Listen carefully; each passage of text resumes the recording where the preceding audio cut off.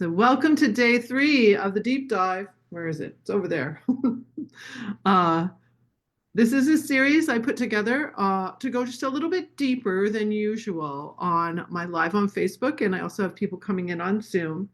And the purpose of these deep dives is to give you a little more information about the stress response, what is really causing the the things happening in our brain and in our body that just aren't going so well, and really give you some insight into that so that it makes more sense why you feel what you feel, and then give you some tools and tips. And so tonight we're going to focus on skin and youthfulness, skin youthfulness, de-aging, if you will, because certainly one of the things that ages us very quickly um, is the stress response, is releasing hormones that take our body so much energy and activity to clear out of our system once we've released them, plus all the things that they're doing to our bodies, that it really takes a toll on us. So first, I want to really dive into skin and talk about the relationship of what stress hormones do to skin.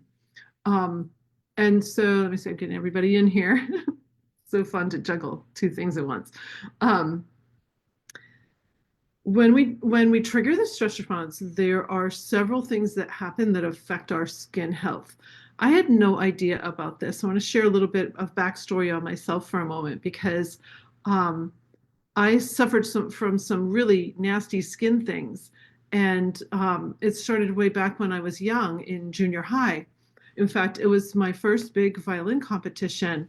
My hands broke out in eczema, and I had eczema, cracked, bleeding knuckles for 35 years until I created the pressure-free method and figured out that everything, I mean, I'm talking about everything that I tried to fix these hands, um, even cow udder bag balm, every prescription cream. I went to so many doctors to try to fix what was happening to my hands, and nothing worked. Like nothing worked. Welcome, Janine. I'm going to mute you, and at the end we'll come on live together. Okay. Um, so I also would get stress acne on my cheeks. I remember someone thought I had put too much blush on. It was not blush, you guys. It was actually acne, like stress acne. I was in my 30s, early 40s. In fact, one of our Christmas cards, it's the whole family, and my face looks so rosy, but it's actually acne. It's so bad. So I was constantly embarrassed about how my hands looked and how my skin looked. And as an executive of a symphony, I was shaking hands all the time. And I was so embarrassed by how my hands would feel. I remember one little boy I was coaching once, he looked at my bow hand and he goes, "Mrs. Ingalls, do you have leprosy?" So I'm sure it's something that he learned in Bible class or something, but I said, "No, it's not contagious." I would put little Band-Aids on it. And so when I created the pressure-free method in 2010, started using it on myself, in 8 weeks, my skin completely cleared. And I'll just show you these fingers. Like, I can't even believe that's my skin and those are my fingers.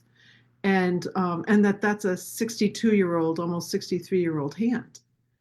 And so what's happening here? So of course, I'm that why girl. I've got to find out why this is happening. Why did preventing the release of stress hormones caused my eczema to go away and never come back? Let's knock on wood. It's almost 15 years now that I got rid of this, and it has never come back so far. So I dug in, and here's what I discovered. When we release this flood of hormones, we're going to wick fat and glucose from our cells in our extremities, so our hands, our feet, and our brain cells, and bring that energy to the center of our body so we can fight or run away. So we are really very charged up. But when we wick all the fat and glucose out of these cells, that makes them really weak. So you hear a lot about elastin and collagen and all the things that make our skin plump and vibrant and healthy. We deplete that every single time we trigger the stress response. And so that's why you might put a lot of creams on, a lot of other things, and still it doesn't seem like it's making much of an effect. So we're wicking the power out of these cells. The other thing that happens is our digestive system is somewhat shut down. So we're not getting nutrients out through our bloodstream out to these cells. So it's almost like we're starving our the cells of our extremities. A lot of people have issues with their toes, with their toenails, with their feet, their skin on their feet too. Same kind of thing is happening. So another thing that happens here, the reason I was getting all that stress acne is that when we release these hormones, it increases oil production. So oil production leads to acne, like your pores can't clear. Um, Increased inflammation. So stress hormones create a lot of inflammation in the body, but when you think about our skin, it's our largest organ. And so if you have cuts, if you have issues, and for me, that eczema, my skin was inflamed so much that my fingers were almost at least 50% fatter from all the inflammation that was going on. So you might have areas of your body where you have some inflammation. Let me see, I've got a couple notes here too. I want to make sure I hit them all. Oh, and when you think about the skin is creating a natural barrier, and stress hormones break down that barrier, which is why you can have more cuts, why you might have more serious bruises. I used to get bruises all the time. I hardly get them anymore. It's really amazing. So, with the skin being your largest organ, to me, it kind of gives me clues. So if I start to feel anything with my skin, I'm like, oh, I'll ask what's going on. And by the way, one of my cues that I'm going into fight or flight is my hands will start to sweat. So, oh my goodness, that's an issue. So my hands are starting to sweat. I want to talk about that for a moment because we think about our skin, and we think about how our our sweat glands are built into our skin. So I used to say I used to say this to my sisters all the time. I'm like, sports sweat doesn't smell, but scared sweat does. I was saying this like back in high school. Like sports sweat doesn't smell that much, but if I'm scared or anxious, we didn't even use that word back then. We just say we were scared. My sweat smells different.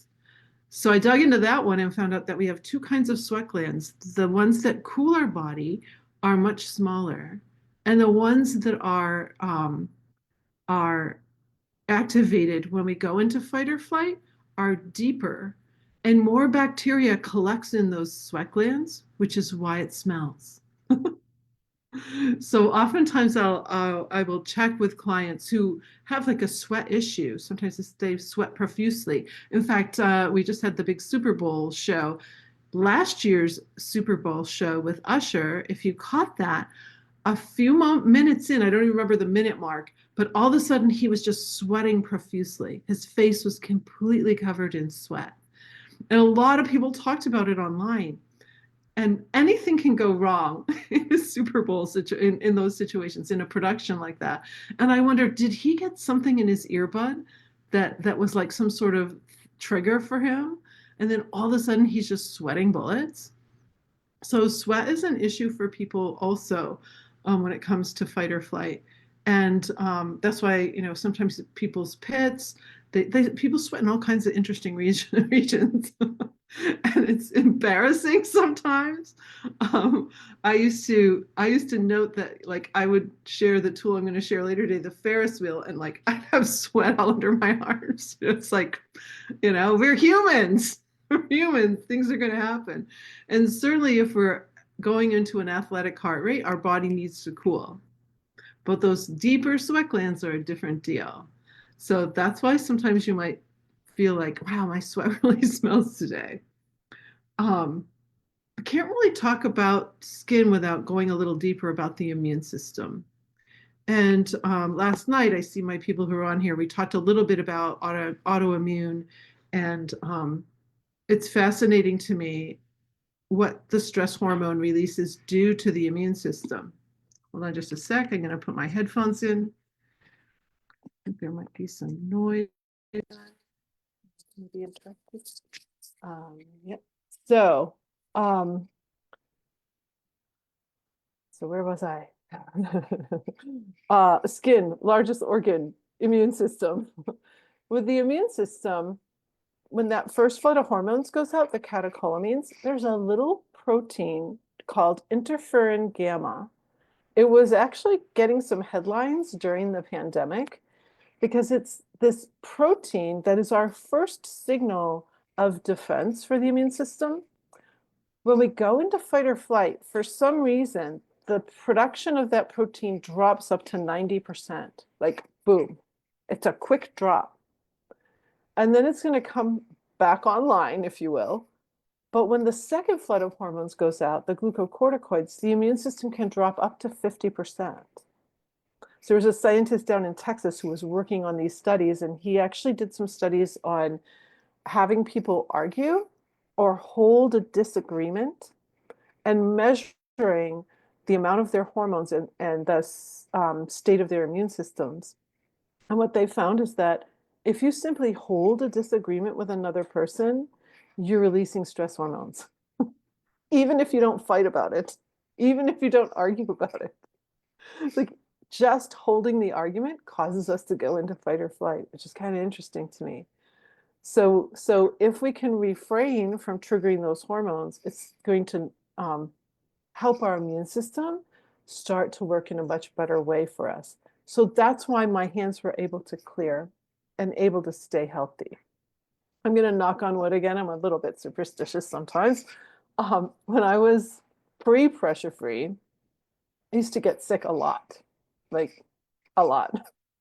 Colds, flus, whatever was going through town, I always got it. I felt like I would just power through and work through it, but sometimes it really got me. And I just thought that was normal because a lot of my friends were sick too. Like, okay, it's just the flu going through town or whatever. And in 2010, again, when I created this method, the next year, I only had one small cold. And I was in such doubt. I was in such doubt that that could be me. Like, what the heck? I always get whatever's going through. But I only got sick once. And in 15 years, I've only had 5 small colds, and one of that was COVID. And I'm like, oh my goodness, what is happening inside my body? What is allowing my body to now stay healthy and not be affected by just everyday germs and what's going on in the world? And again, I just come back to allowing my immune system to stay healthier. But I mentioned the doubt, and I want to go in on that for a moment because anything that you have, like having to pee in the night, or for me, it was my eczema. I never thought I would get rid of that. Anything that we have any patterns around, you might think it could never change, or I can't get out of this.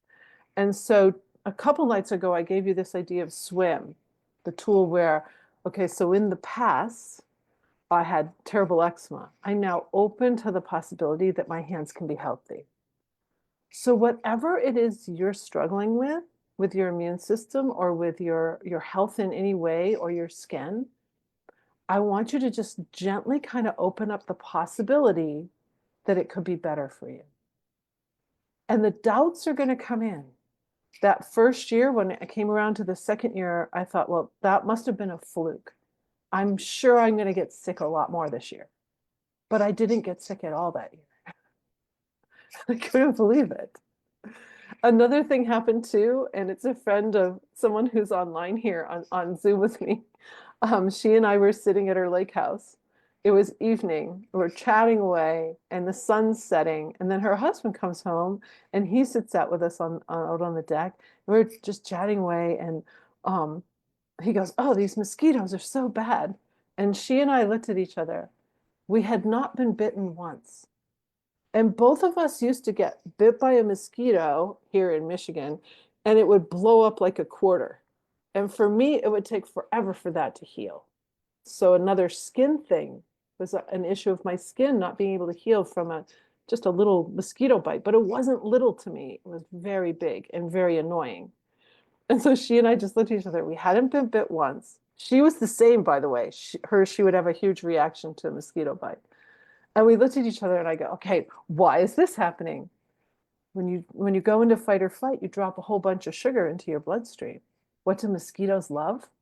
Sweet blood. So it was so funny for me to be able to just be outside at dusk and wherever I go, Michigan, New Hampshire, whatever, I don't have to really worry about the mosquitoes so much anymore. And if I do get bit, it's not going to affect me like it used to. So it's really, I want you to really be open to releasing doubts about what might be possible for you. I've had clients have what I would consider near miracle things happen. Remission from cancer for years when they had it like 3 times before they were even 40. Like, I mean, just incredible things can start to happen. And so diving into what you can start to believe, I think is really important. So let's see, let's dive into a few tools.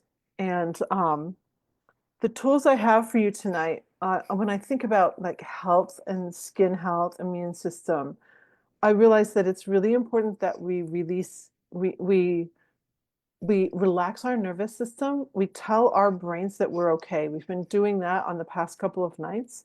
And so the first tool I have for you, and I want to go back to when I was talking about, I think last night when I talked about getting in the frame so that your tail can wag, so you're a happy puppy. I love to tell my clients, I just want you to be a happy puppy, or at least an optimal puppy. Maybe what you're doing isn't something to be that happy about, but you're not in fight or flight.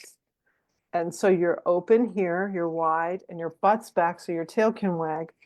So if you think of us just like any other mammal, if you have a pet like a dog or a cat, especially if they don't know you real well, you want to pet the dog's fur in the direction of the fur. If you pet it the other way, it bristles, doesn't like that. Unless you're really close to it and you've been petting it a while, now you can pet it in all directions. But when you're first petting it, you move in the direction of the fur and it's very soothing. And so I learned this from my body coach, Leela Veronica. Our nervous system has a direction and the fur shows us the direction. So it's down the tops of our arms and legs and up underneath. So if you just take one of your arms and just go from the shoulder and just come down and over. You don't necessarily have to go back up unless you want to, but just a few times, or I usually do it about 10 times. And if you do it about 10 times, and then you take a look at the difference in your hands, you'll see this difference in your skin. There'll be like a slightly different color. And it will just, it's interesting. So just kind of take a look at your 2 hands. It's hard to see. Okay, you can kind of see it. So this is the hand I did. Notice how this one's a little more veiny, just a little more different than this one. There's also a different color you probably can't see on the screen, but there's just a little bit more different color to it. And then for the legs, it's down the tops of the legs toward your knees. You can go all the way over your foot if you want, and then up underneath. So I used to wonder, I would occasionally get a massage, not very often, because I liked it, but I didn't. And I'm like, aren't I supposed to be really relaxed here? Aren't I supposed to, what am I supposed to feel here? And I would leave the massage, I get in my car and I'm kind of like, I'm not sure I got it. And when I learned about this directionality, it made sense because most people who do professional massage, they start at your extremities and they work up. Well, that's bristling me on the top. It's feeling good underneath, right? I'm like, oh, maybe that's why. So now I just do this kind of like little simple thing like this. I also give this as a tool to my clients who have any sort of performance anxiety before a concert or a game or a test or like your driving test or anything that you have to do that's a little performance anxiety, lead a meeting. Take your hands and just go down and brush down toward your knees, then pick your hands back up and do it a few times. And that can settle your nervous system to be like, okay, I've got this, I can do this. So settling your nervous system through petting is a really great thing. Let's see, what else did I want to? Oh yeah. Um, I had mentioned this last night in our private Zoom group, but um, when we have an injury, or for me, my eczema, anything that's hurting, um, any pain, any injury, we tend to hold tension around the area. Even if you just stub your toe, you'll notice that your whole foot might tighten up, or even your leg. And what I realize is when we tighten, we're stopping blood flow, nerve flow, and energy flow. And then I started to ask, like, why do we tighten like that? Certainly there's pain, but I thought, is this some sort of habit of reaction from when we were tiny? And I thought about like the first time you fall and skin your knee or something, someone probably went, "Oh, are you okay?" And their face was tight. So we have this habit of tightening around getting hurt or pain. And I know with my own kids, like if they fell or something, I would keep my face very broad. I'd be like, "Are you okay?" Like no tightness, right? And usually they just bounce up and they're absolutely fine, right? So playing with this idea of tension, if you have an injury, or bump your elbow or whatever, instead of tightening, see if you can relax. And the fastest way to be able to relax any of your body parts is to relax your belly first. So most of us hold a lot of tension in our bellies. I talked about this last night on the call. If you can relax your belly muscles, it's easier. In fact, try it right now. Like tighten your belly and then notice how tense or non-tense your hands are. Now relax your belly, and there's usually more fluidity to the movement. This is huge if you are a musician. I'm a violinist. If you play racket sports or stick sports, so hockey, tennis, squash, racquetball, anything where you're holding something, because soft hands are critical to be able to play well. But if your belly is really tight, your hands are not that soft. So if you can get that belly open, then when you're holding things, even when you're grabbing a pen or pencil, some people hold their pen and pencil super tight. If you can relax that, if you have children or grandchildren who hold their pencil really tight, have them relax their bellies. And that can help this relax. It's kind of interesting. Also, when you relax your belly, your throat is going to be more relaxed. So if you're getting a little bit of a sore throat or something going on up here, we want this area of our body to relax. Again, we want to have energy, blood, and nerve flow really going. So relax all tensions and pains wherever you might be feeling them. The last tool that I want to share tonight is usually one that I call the starter tool. And I think everyone who's on my Zoom room right now has heard me talk about it before, either in group. Janine's been in a group with me, or individually. I call this the celebration Ferris wheel. It's a four-pronged tool, actually. Um, Celebration, number one, because we tend to not celebrate enough, especially in our culture in North America. Like we just don't celebrate enough. And in this case, I want you to celebrate noticing something that might trigger you to release the stress hormones. So even though you might be feeling angry or anxious, I actually want you to celebrate in that moment because you notice something. The only way we're going to break these patterns is to notice, is to see it. And it's like, oh, I don't like it when a television is really loud. I don't like it when I can hear other people's sounds. Okay. I like it to be very quiet. So noises can definitely be triggers for me. So if I notice a noise, I will immediately use a tool, and I may use this celebration Ferris wheel. So celebrate's the first thing. The next thing is that this is a gross motor motion, a big motion, just like the swim one we did the other night. This one's going up like this. So I want you to pretend, first of all, most of us are in the hamster wheel. Like we are running and exhausted. I want you to get out of the hamster wheel, get around behind it, and just give it a push. So it's this tiny little Ferris wheel now, pretty with colors and music or whatever. And just give it a little push. And the reason we're doing this, first of all, if you do it with me, so if you raise your arms up, And then when you bring them down, keep your ribs exactly where they are. And you'll notice that you just moved into an elevated rib position, which is so helpful to break the stress response because you just told your brain you don't need to coil up and protect. So you're opening. It's this large motion is one of the only ways that adults can instantly create new neural pathways, which means you can start to break a habit quickly. A lot of us think it's going to take like 21 days, 100 days. I don't know what the number is these days. They always change it. To create a new habit, you have to do something consecutively for so many days. If you can create new neural pathways, you can quick start that. And so that's why I have you do a big motion. It also is silly, so hopefully you will smile. And when you smile, you release those wonderful neuropeptides that keep your whole brain working for you. So that's another piece of it. So we have the celebration, we have the gross motor motion, we have the smile, we have the posture. Is that it? That's 4 things. So it's definitely an impactful tool because it has so much going into it. And it's funny when I work with families, someone will go like this, or I work like with big teams at offices, somebody will go like this, and the other people are like, "Oh, what's going on? Like, what's bothering you?"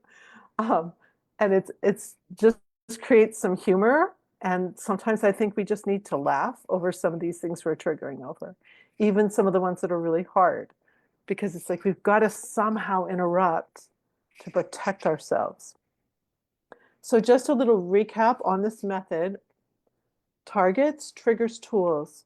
What are you aiming for? What causes you to go into fight or flight? So maybe, and I've got my F's over here. Where are they? They're over here for you. So you might fight, be aggressive. You might flee, run away. Maybe you just freeze and feel very stuck and unfocused. Maybe you're a fidgeter, like you're clicking your pen and jiggling your leg. I still remember my mother taking her hand and trying to calm my leg in church because it's like, probably because I had to sing in choir or something. I don't know. You might make up little lies. Some people will fib, and it's just because they're so afraid to get in trouble or to not have if the truth came out and they might lose their job because they haven't got the project finished yet. So we'll make up little lies sometimes, and then we'll over flatter, we'll fawn. So those are some of the patterns you can look at and say, oh yeah, I want to just run away right now. What's going on? Like what's happening? So triggers, and last is tools. So tools are anything you can use to interrupt in that 10-second window that you're starting to feel any sort of mental or physical tension. So the method, I've kept this method so simple because we are so complex. Like every person that I have coached privately, it's just amazing to me how complex we are and which tools work, which tools don't work. Some of the tools, like I'm sharing a variety of tools over these 4 nights, but those might not be the ones you need. We need to dig deeper. And so I've created over 50 tools in the 15 years here to really dig in and find the ones that work best for people. The ones I'm sharing here are the ones that I see my clients have gotten the quickest results from. And so they're kind of my quick start tools, if you will. But some of our problems and some of the things we're trying to solve are really deep and really complex. And so we sometimes have to go a little deeper. So targets, what do you want? What are you aiming for? And I love for you to think big, like dream big. What is that miracle that you want? Triggers, what's causing you to trigger the stress response? And then third, what tool can you use to interrupt it so you don't release these hormones that are going to wreak havoc with your skin and with your immune system. And by the way, tonight, like I didn't wear any makeup because I like purposefully just wanted to show like my real skin. This is my real skin. I can't believe it's mine. My husband has known me since I was 18. He can't believe any of this is my skin. Like it's so bizarre. And I just wanted to close out by saying, you know what, it's funny how our skin will change hormonally with things, both men and women. For me, when I got pregnant with my second child, I got this huge mole on the side of my back, like my side here. And when I went to have it checked out, she goes, do you have some Scottish heritage? I go, yes. She goes, you're just lucky that thing isn't on your face. So, so we will have these things pop up. And then, was it night when I was 58 or so, a mole popped up here. Like it used to be really dark. It's actually going away now. But it popped up here. And one of my clients, when she saw me in person, she goes, oh, I thought you were Hindu, which created a really wonderful conversation, by the way. So, so our skin will do some interesting things as we age and as we change. But certainly getting it nutrition out to it and preventing the release of pulling that fat and glucose from these extremities can be really, really helpful. So I'm going to close out and get into my Zoom room now. By the way, if you're watching this live and you're like, I want to get in that Zoom room, you can go to www.zoomwithelle.com right now. And we're going to go into that Zoom room. I'll let you in. And I wish you a great pressure-free night. Oh, by the way, tomorrow night is our last night of this series. We're going to talk about work life and home life. We hear a lot about work-life balance. We're going to go deep on how to stay pressure-free work in the workplace and in the home life. So, all right, I will see you tomorrow night. Let's go. Close